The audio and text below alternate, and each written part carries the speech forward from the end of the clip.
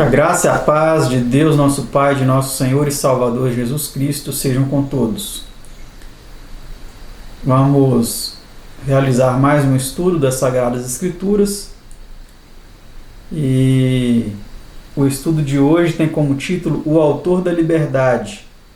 É o estudo de número 105, composto por 22 perguntas e respostas, que começaremos realizando após a oração inicial.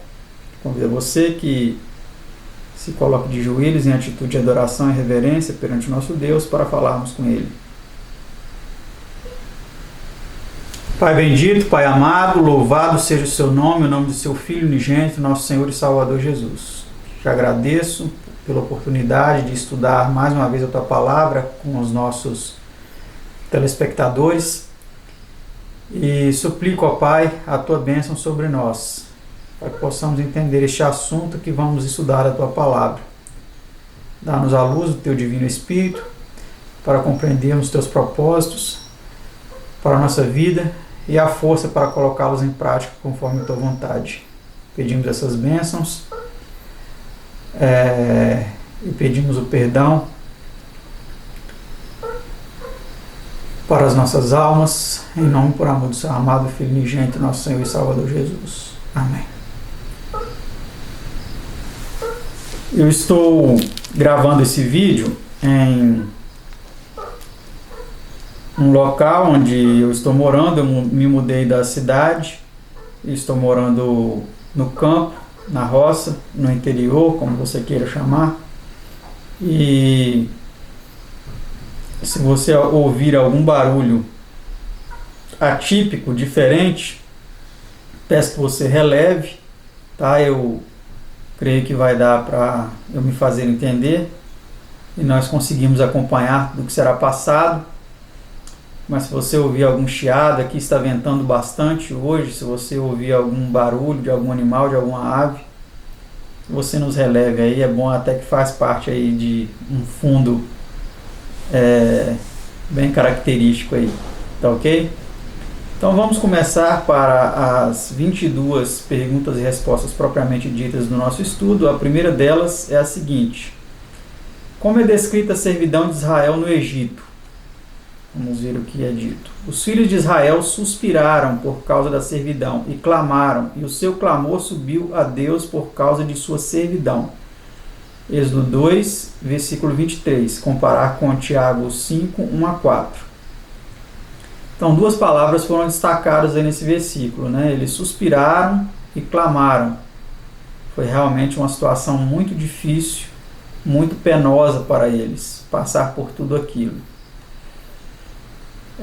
A pergunta 2 é uma continuação desse contexto lá dos egípcios. Quem ouviu os gemidos deles? Vamos ver. E ouviu Deus o seu gemido, e lembrou-se Deus do seu concerto com Abraão, com Isaque e com Jacó. Êxodo 2, versículo 24.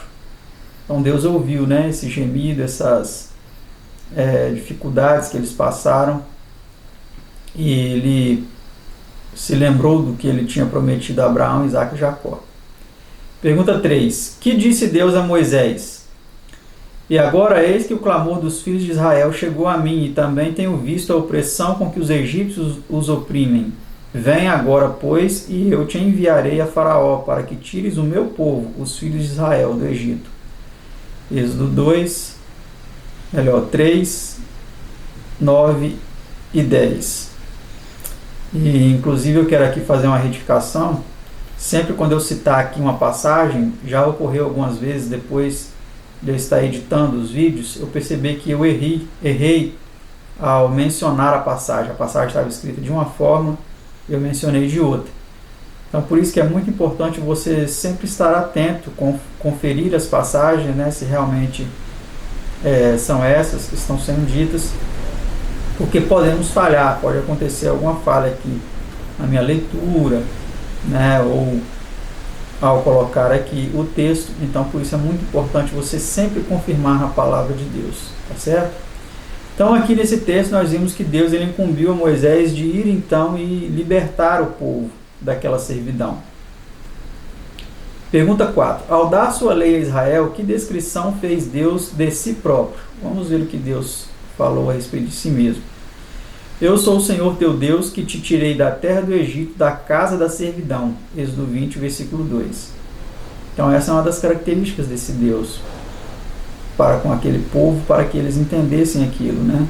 Que ele era o Deus que tinha tirado, que os tinha tirado da terra do Egito e da casa da servidão. Pergunta 5. Que providência tomou Deus contra a escravidão e opressão de Israel? Quando teu irmão hebreu ou irmã hebreia se vender a ti, 6 anos te servirá, mas no 7º ano o deixarás ir livre, e quando o deixares ir livre, não o despedirás vazio. Liberalmente o fornecerás do teu rebanho e da tua eira e do teu lagar, daquilo com que o Senhor teu Deus te tiver abençoado, lhe darás. E lembrar-te-ás de que foste servo na terra do Egito, e de que o Senhor teu Deus te resgatou. Portanto, hoje te ordeno isto. Deuteronômio 15, 12 a 15. Outro texto é: o estrangeiro não afligirás, nem o oprimirás, pois estrangeiros foste na terra do Egito. Êxodo 22, 21 e vê 2 Coríntios 1, 3 a 4. Então as explicações de Deus para com aquele povo com relação a esse assunto eram muito claras. Nenhum hebreu deveria fazer outro hebreu de escravo para o resto da vida. Se isso viesse a acontecer, esse escravo deveria servir durante 6 anos e no 7º ano ele deveria ser despedido livremente, sem nenhuma reivindicação por parte de seu senhor. Deveria ser liberado, tá certo? E também os estrangeiros não deveriam ser oprimidos, afligidos. Por quê? Porque o próprio povo de Israel tinha que se lembrar que ele tinha sido estrangeiro na terra do Egito. Então, como ele gostaria de ser tratado, de ter sido tratado, ele deveria tratar também os estrangeiros. Pergunta 6. Qual foi uma das razões apresentadas para que Israel guardasse o sábado? Vamos ver. Porque te lembrarás que foste servo na terra do Egito, e que o Senhor teu Deus te tirou dali com mão forte e braço estendido. Por isso o Senhor teu Deus te ordenou que guardasses o dia de sábado. Deuteronômio 5, versículo 15. Então essa é uma das razões aí também, né? Para que o povo guardasse o sábado. Porque eles tinham que lembrar que eles foram servos na terra do Egito, e o sábado aí era uma oportunidade para que eles tivessem pelo menos um dia de descanso aí em meio a tanta labuta, tanto sofrimento. Existe uma nota em nosso estudo que diz assim: isto sugere o pensamento de que em sua servidão e opressão no Egito eles tinham dificuldade no tocante à observância do sábado, como efetivamente ocorreu. Da acusação feita por Faraó contra Moisés e Arão, como está registrado em Êxodo 5:5, que diz: os fazeis abandonar, descansar em hebraico, sabat, suas cargas. Os fazeis abandonar suas cargas, né? É claro que o sábado lhes foi negado, que foi exigido deles que trabalhassem no sábado, e que Moisés e Arão lhes ensinavam, melhor dizendo, a observarem-no. Onde são reconhecidos os direitos individuais e a liberdade religiosa, a observância do sábado não é negada nem imposta pela lei civil. Então, como nós podemos perceber aqui, era importante, né, que eles observassem o sábado como uma dádiva, como um presente de Deus, e até como uma forma de comemorar a libertação que eles tiveram no Egito. Não só a libertação da escravidão terrena, mas também a libertação da escravidão do pecado. Pergunta 7. Que proclamação deveria ser feita cada 5 anos em toda a terra de Israel? E santificareis um ano 50º, e apregoareis liberdade na terra a todos os seus moradores. Ano de jubileu vos será, e tornareis cada um a sua possessão e cada um a sua família. Levítico 25, versículo 10. Então, essa proclamação era parte das leis, né, do povo de Israel. Pergunta 8. Visto Israel não ter feito isto, ter se tornado opressor e ter desrespeitado e feito mal o uso do sábado, que fez Deus? Vamos ver o que Deus fez pela desobediência deles quanto a este assunto. Portanto, assim diz o Senhor: vós não me ouvistes a mim, para pregoardes a liberdade, cada um ao seu irmão e cada um ao seu próximo. Pois eis que eu vos apregou a liberdade, diz o Senhor, para a espada, para a pestilência e para a fome, e dar-vos-ei por espanto a todos os reinos da terra. Jeremias 34, 17. Então todas essas punições, esses juízos, eles vieram porque eles desobedeceram a essa ordem de apregoar a liberdade aos seus irmãos cativos, oprimidos, durante a sua história. Pergunta 9. Que falha achou Deus na maneira em que Israel celebrava seus jejuns e cultos? Vamos ver. Eis que no dia em que jejuais, achais o vosso próprio contentamento, e quereis todo o vosso trabalho. Eis que para contendas e debates jejuais, e para dar punhadas impiamente. Isaías 58, 3 e 4. Então o jejum deles não estava sendo realizado para propósitos corretos, para propósitos aceitáveis a Deus. Pergunta 10. Que apresenta Deus como sendo um jejum que lhe é agradável? Porventura não é este o jejum que escolhi, que soltes as ligaduras da impiedade, que desfaças as ataduras do jugo, e que deixes livres os oprimidos e despedaces todo o jugo? Porventura não é também que repartas o teu pão com o faminto, e recolhas em casa os pobres abandonados, e quando vires o nu, o cubras, e não te escondas da tua carne? Isaías 58, 6 e 7. Tudo isso mostra que Deus ama a liberdade e odeia a servidão e a opressão, certo? Então é este o jejum que Deus queria que eles fizessem. Não para debates e contendas entre eles, mas para libertar o oprimido, para aliviar o fardo dos cativos e dos atribulados e dos necessitados. Pergunta 11. Qual era a missão de Cristo a este mundo? O Espírito do Senhor é sobre mim, disse Jesus, pois que me ungiu para evangelizar os pobres, enviou-me a curar os quebrantados de coração, a apregoar liberdade aos cativos e restauração da vista aos cegos, e pôr em liberdade os oprimidos. São Lucas 4:18. Os evangelhos mostram que grande parte do tempo de Cristo, mesmo no sábado, era devotada ao alívio dos oprimidos e desgraçados. Então, essa era a importante missão de Cristo: libertar os oprimidos pelas enfermidades, os oprimidos pelos demônios e uma série de outras opressões que atingiram a humanidade. Pergunta 12. Em que estado estão os que cometem pecado? Todo aquele que comete pecado é servo do pecado. João 8, 34. Então o pecado ele escraviza muitas pessoas, com desculpa de liberdade. Eu quero ser livre.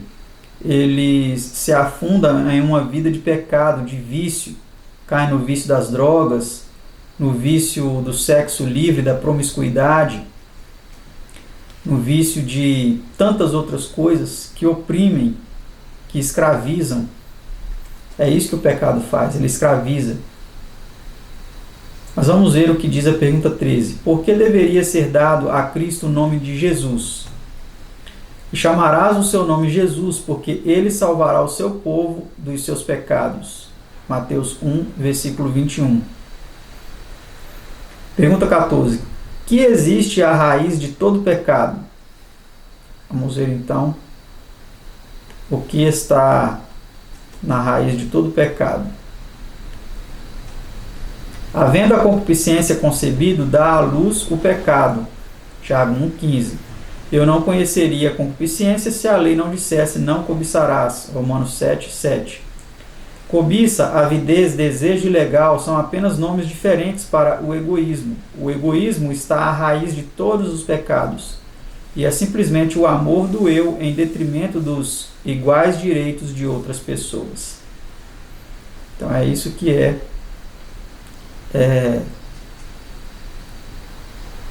em si, é isso que é o egoísmo. É o amor do eu em prejuízo, em detrimento, em relação aos pecados, aos direitos dos outros, melhor dizendo. Pergunta 15. Que passagens das Escrituras apresenta claramente a igualdade dos direitos? Vamos ver. Amarás o teu próximo como a ti mesmo. Levítico 19, versículo 18. Então esse aí é a regra áurea, né? É o mandamento, um dos principais mandamentos, né? Amar ao próximo como a si mesmo. Pergunta 16. Em conformidade com este mandamento, que norma de proceder estabeleceu Cristo? Portanto, tudo o que vós quereis que os homens vos façam, fazei-lhe também vós. Mateus 7, versículo 12. O egoísmo, pois, precisa ser desarraigado do coração dos homens, antes de reconhecerem a igualdade de direitos de seus semelhantes. Então, essa é mais uma regra áurea, né? Fazer aos outros aquilo que gostaríamos que fosse feito a nós. Não no caso se você for masoquista e quiser receber castigos, receber coisas para sofrer, né, na carne. Se você gosta de receber esse tipo de tratamento, isso é algo doentio. Você não deve querer também infligir isso nos outros. Mas com certeza, a maioria dos seres humanos, eles gostam de ser bem tratados, gostam de ser bem quistos, né? Enfim, ser bem tratados. E como nós gostamos de ser bem tratados, né? E não prejudicados, também devemos ter o mesmo sentimento para com outras pessoas, tratar todos da melhor forma possível. Pergunta 17. Quem somente pode limpar do egoísmo o coração dos homens? E em nenhum outro há salvação, porque também debaixo do céu nenhum outro nome há dado entre os homens, pelo qual devamos ser salvos. Atos 4:12. Vê também 1 São João 1, versículo 9. Então, somente no nome de Jesus, só Ele que pode nos salvar, realmente nos libertar dessa escravidão, dessa opressão que o pecado nos causa. Pergunta 18. Quem somente pode conceder aos homens verdadeira liberdade? Se, pois, o Filho vos libertar, verdadeiramente sereis livres. São João 8,36. Então, somente realmente o Filho de Deus, né, o nosso Senhor e Salvador Jesus Cristo, pode verdadeiramente nos libertar. Pergunta 19. Qual foi a atitude de Cristo para com os incrédulos? E se alguém ouvir as minhas palavras e não crer, eu não julgo, porque eu vim não para julgar o mundo, mas para salvar o mundo. São João 12, versículo 47. Amém. Que maravilha, né? Então nós temos em Cristo não alguém que nos julga, que nos condena, mas alguém que veio para nos salvar. Pergunta 20. Que Espírito disse Cristo deveria orientar seus discípulos? Resposta. Mas Jesus, chamando-os a si, disse-lhes: sabeis que os que julgam ser príncipes das gentes, deles se assenhoreiam, e os seus grandes usam de autoridade sobre eles. Mas entre vós não será assim. Antes, qualquer que entre vós quiser ser grande, será vosso serviçal. E qualquer que dentre vós quiser ser o primeiro, será servo de todos. Porque o Filho do Homem também não veio para ser servido, mas para servir e dar a sua vida em resgate de muitos. Marcos 10, 42 a 45. Então é isso que Cristo pede de nós, né? Que nós tenhamos o mesmo espírito de serviço, de servir aos outros, estar disposto a servir naquilo que necessitam, né? Penúltima pergunta, pergunta 21. Que está presente onde o Espírito do Senhor está? A palavra de Deus diz que, ora, o Senhor é Espírito, e onde está o Espírito do Senhor, aí há liberdade. 2 Coríntios 3,17. Então esse Senhor que está falando aí é o nosso Senhor Jesus Cristo, né? O Senhor é Espírito. E onde está o Espírito do Senhor, aí há liberdade. Então a verdadeira liberdade está onde está o Espírito do Senhor, né? Pergunta 22. Que única espécie de culto é aceita por Deus? Essa é uma pergunta muito importante, porque muitas pessoas aí estão prestando cultos, pessoas das mais variadas vertentes religiosas, e elas acreditam que estão realmente servindo a Deus. Mas vamos ver aqui que única espécie de culto Deus aceita. Mas a hora vem, agora é, em que os verdadeiros adoradores adorarão o Pai em espírito e em verdade. Porque o Pai procura tais que assim o adorem. Deus é espírito. Me importa que os que o adorem em espírito e em verdade. João 4, 23 e 24. Então é essa a adoração que Deus espera de nós, né? Que o Pai espera de nós, não uma adoração formal, não uma adoração meramente religiosa de ir numa igreja, sentar num banco e ficar escutando o que alguém está falando lá da frente. Não é isso. Não é meramente sentar nos bancos de uma igreja e ficar cantando lá os hinos que são propostos lá para que sejam cantados. A adoração que Deus espera de nós é uma adoração em espírito, ou seja, é uma questão entre nós e Deus, uma adoração espiritual, né? A palavra espírito também pode dar uma conotação de mente, e em verdade. E precisamos estar seguindo a verdade, porque se não estivermos seguindo a verdade, a adoração será uma adoração vã. Então eu espero que todos tenham entendido este estudo que transmitimos aqui agora, e que o Senhor nos ajude para que possamos realmente ser pessoas que vivam como livres, como tendo sido libertos pelo nosso amado, eterno Senhor e Salvador Jesus Cristo. Deus abençoe a todos. Obrigado por acompanharem mais esse estudo da Palavra de Deus, e até o próximo, se Deus assim nos permitir. Tchau.